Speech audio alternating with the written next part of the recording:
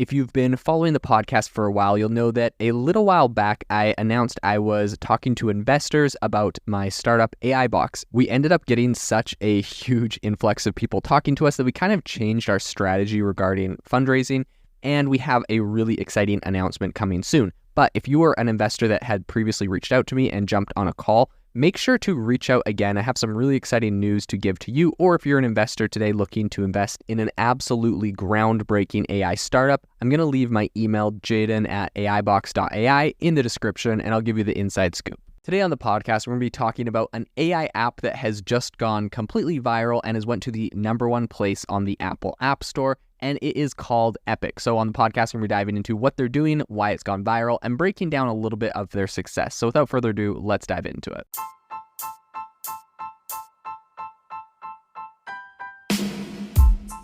Welcome to the world's #1 AI podcast, AI Chat. I'm your host, Jaden Schaefer.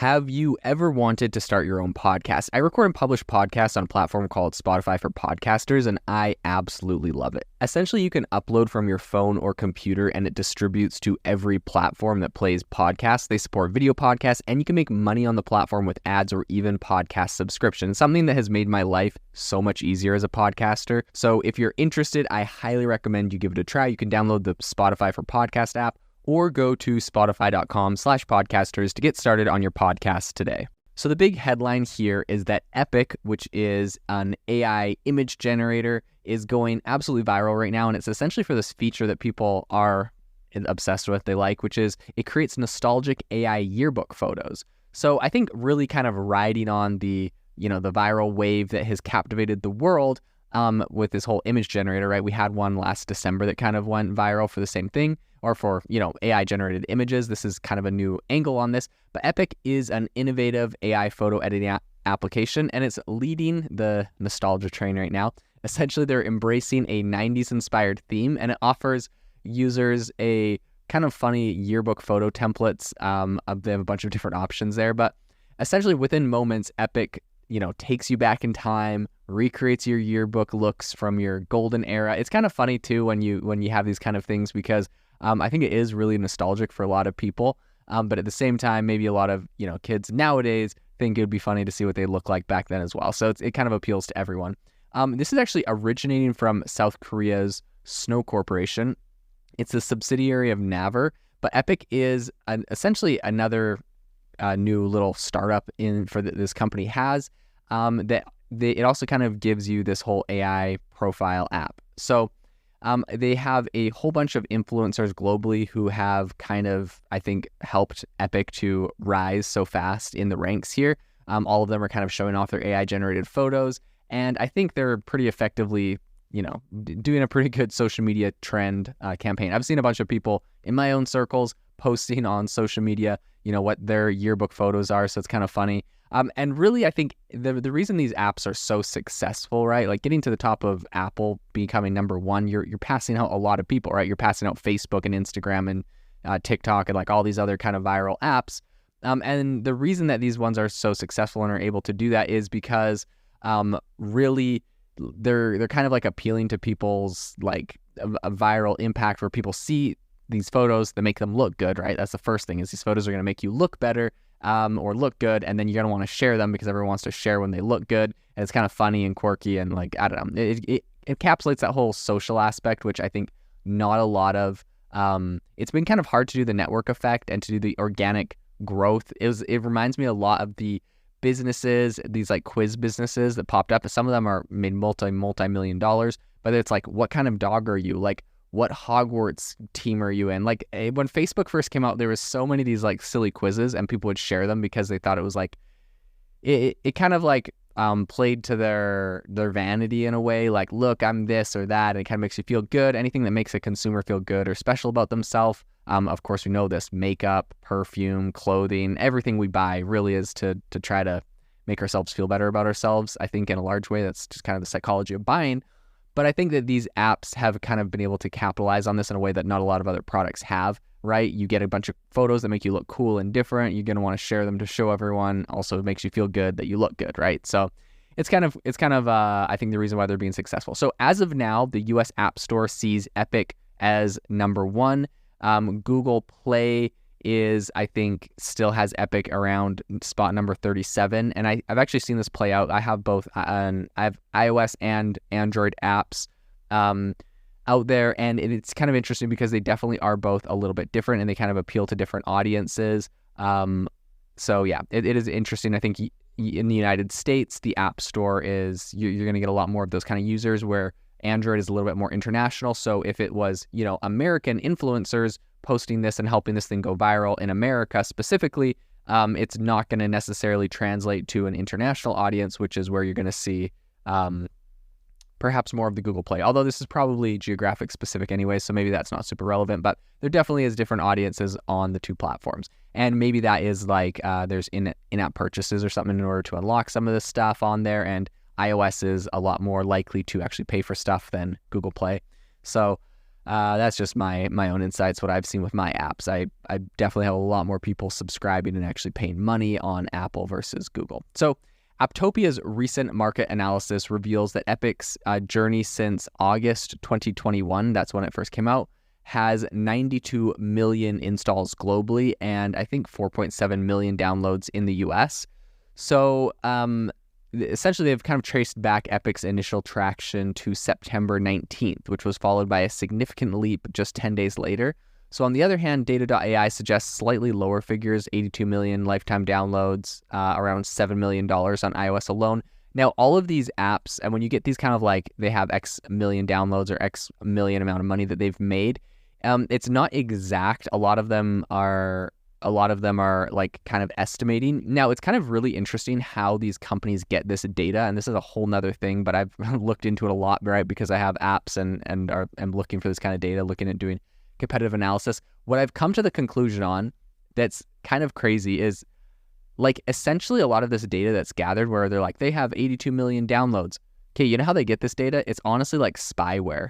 A lot of these apps or a lot of these companies, well, they pretty much, okay, if you go ask them, like App Radar is one of the big ones that will give you analytics on apps. App Radar is like our the way we gather data is kind of like proprietary and secret, but it's like fairly accurate, right? They won't like tell you. But if you go look them up, there's been like some, I'm not sure if it was lawsuits, but I think it was lawsuits. But essentially what they found out the App Radar was doing is they'd made a bunch of different apps, like free VPN apps or free note-taking apps or like different things like that. And I think they may have even acquired a few that essentially were tracking what apps were on the phone, and then they can kind of extrapolate based off of that. So it's very, very interesting. But like I think these analytics are not far off. So when they're saying like 92 or 80 million downloads of EPIK, they're probably fairly accurate.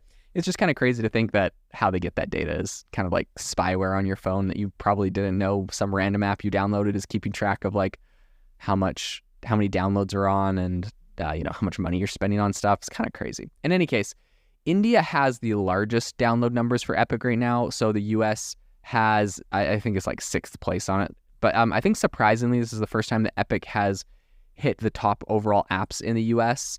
Snowcorp, unfortunately, has not said anything about authenticated these statistics, right? If they really do have 98 or 80 million downloads on this. What's interesting about that, and like, first off, I think companies just don't want to give out free information to people usually. But the number one reason why they don't, that I've actually found, talking with entrepreneurs and stuff, is that sometimes people will overinflate their success, and the company doesn't want to be like the one that's like a downer and is like, no, we don't have 80 million downloads. It's only like 15 or it's only like 20 million downloads. It just like doesn't make them sound good. So they're just like, no comment. I've also seen this. You'll see this exact same thing play out when software companies like do an acquisition, and it's like, like the terms of the deal are like under non-disclosure agreement, but it's estimated to have sold for $20 million. And then like, I've heard these same entrepreneurs be like, yeah, no, it was nowhere near $20 million. Someone in our internal company leaked that to the press or to someone, I don't know why, but like, it was definitely not $20 million. It was like, like $1 million or something. So, but they're like, but it was like NDA. So I didn't want to like correct them on it. And also, I didn't want to say it anyways. So it's kind of funny. Sometimes those numbers are really inflated, and yeah, the company doesn't want to comment on it because it would just make them not look as good. In any case, I think in a world right now where, we have Instagram and a lot of these other social media platforms that can help stuff go viral. That's actually where I've seen people posting it, is like on Instagram. They'll do like a reel with like a kind of like a slideshow of all their different EPIK yearbook photo shoots or whatever. But I think there's a whole bunch of different renowned figures, including including I think Samantha Blanthos, Bretman Rock, a whole bunch of different people. I'm not going to go name all the random people, but there's a bunch of them that have all kind of like posted these pictures. And I think that's kind of making it go viral. So I think diving into the mechanics, EPIK's yearbook it's going to give you some photos based off of like 8 to 12 selfies, right? So you take 8 to 12 selfies, upload them, and then it processes all of that, and it's going to give you 60 different images based off of this. This is actually very interesting for those that know. I have a friend named Matt. He's been on the podcast before, and he's actually currently working on a company similar to this that is kind of going to do something that's going to give you niche AI images. So maybe I'll have him on again to talk about when he launches that company. But definitely an area that's very interesting, especially when people find something like this that kind of has mass appeal. I think they do say like, hey, warning, you might get some unsatisfactory outcomes, extra fingers or things being a little distorted, whatever. That's just normal with these image generating apps. I think people understand how that works. But essentially the app gives you a distinct upsell, which is you can opt for expedited delivery, right? So instead of having to wait 24 hours in order to get your photos back, you can get it done like express in 2 hours for $6. And I think actually the standard 24-hour thing isn't for free. They're still going to charge you like $4, but you can spend a little bit more and get it done faster, which is kind of interesting. That's a really interesting model, right? Normally, I don't think this is going to be a business model that's viable in the next year or two. But right now, while everything's new, they'll be like, yeah, don't have to worry waiting 24 hours. Like in reality, nobody's going to be waiting more than like 5 minutes for something like this in the future, because if they have to, they'll just go to a different app or something. But this is all new and novel. I think they can get away with this kind of stuff.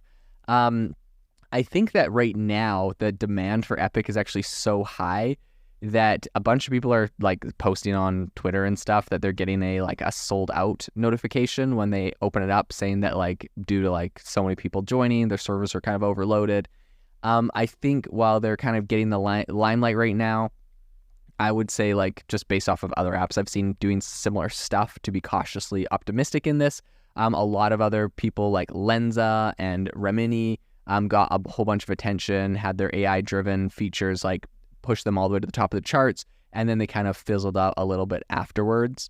So they kind of get a sharp drop. So right now they're in, all I'd say is EPIK, like enjoy the time in the limelight. This is kind of fun. Everyone wants their yearbook photo, so they might make a bunch of money during this. But once this kind of like wave is over and everyone's kind of done with their yearbook photo thing, EPIK's probably, I don't know, unless they reinvent themselves and reinvest the money and do something really cool, it probably will become obscure again, like a lot of others.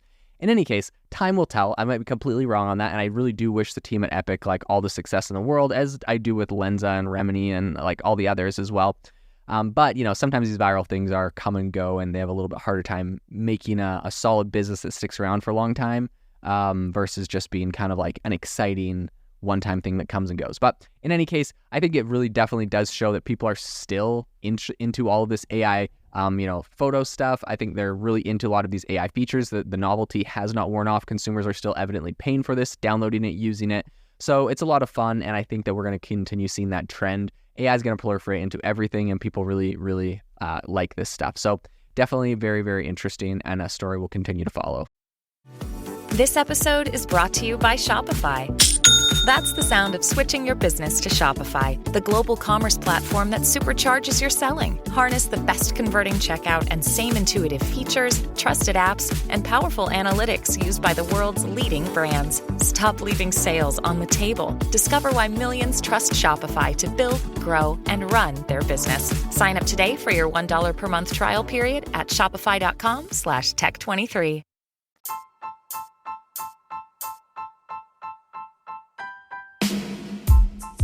Thank you for listening to the AI Chat Podcast. If you enjoyed the podcast, I'd appreciate it if you rate me wherever you listen to podcasts. And if you're looking for an innovative group of AI enthusiasts, make sure you check out our Discord channel and also our Facebook community. It's obviously a lot more interactive than a podcast where we can actually share software tools, prompts that we're using in everyday AI. I'll leave a link for those in the description below.